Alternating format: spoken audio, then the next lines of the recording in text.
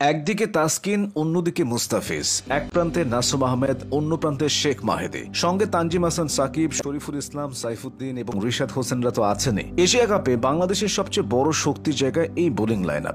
Wicket taker, economical, finger spinner ও wrist spinner সব ধরনের বোলারই আছে স্কোয়াডে। কেউ চোটে পড়লে সেটা পুষিয়ে দেওয়ার জন্য ব্যাকআপ বোলারও রাখা হয়েছে। এশিয়া কাপে বাংলাদেশের বোলিং লাইন আপ নিয়ে বিস্তারিত জেনে নেওয়া যাক। শুরুতেই পেস বোলারদের ব্যাপারে আসা যাক। অতীতের যে কোনো সময়ের চেয়ে টাইগারদের পেস বিভাগ এখন শক্তিশালী, বিশেষ করে টি-20 সংস্করণে। বেশিরভাগ সময় তাসকিনের মাধ্যমে বোলিং ইনিংসের গোড়াপত্তনটা হয়। মাঠে এবং মাঠের বাইরে নানা আলোচনা সমালোচনা থাকলেও মাঠের ক্রিকেটে তাসকিন নিজের সেরাটা দেন। তাসকিনকে দলের বোলিং লাইন আপের মেরুদণ্ড বলা যায়, কারণ ঝটপট উইকেট এনে দেওয়ার ক্ষেত্রে তিনি সবচেয়ে বড় ভরসা। কখনো কখনো খরুচে হয়ে গেলেও সময় মতো ব্রেক থ্রু এনে দিয়ে তিনি দলকে ম্যাচে টিকিয়ে রাখেন। এছাড়া উইকেটের ধরন অনুযায়ী বল করতে পারার দক্ষতা আছে তার। সংযুক্ত আরব আমিরাতে এর আগেও তিনি অনেক ম্যাচ খেলেছেন, সে অভিজ্ঞতা ব্যবধান গড়ে দিতে পারে। তবে তাসকিন নয়, এশিয়া কাপে বাংলাদেশের ট্রাম্প কার্ড হবেন মুস্তাফিজ। মুস্তায় দেশের সেরা টি-20 বোলার, এ নিয়ে কারো দ্বিমত নেই। অফ ফর্মে থাকা মুস্তাও প্রতিপক্ষের জন্য ভয়ের কারণ, সেখানে এখন তিনি আছেন ফুল ফর্মে। 2025 সালে মুস্তাফিজ খেলেছে এমন কোন টি-20 ম্যাচ বাংলাদেশ হারেনি। এশিয়া কাপে এই ধারা অব্যাহত থাকলে বড় চমকের আশা করাই যায়। তাছাড়া সংযুক্ত আরব আমিরাতের কন্ডিশনের সাথে মুস্তা ভীষণ পরিচিত।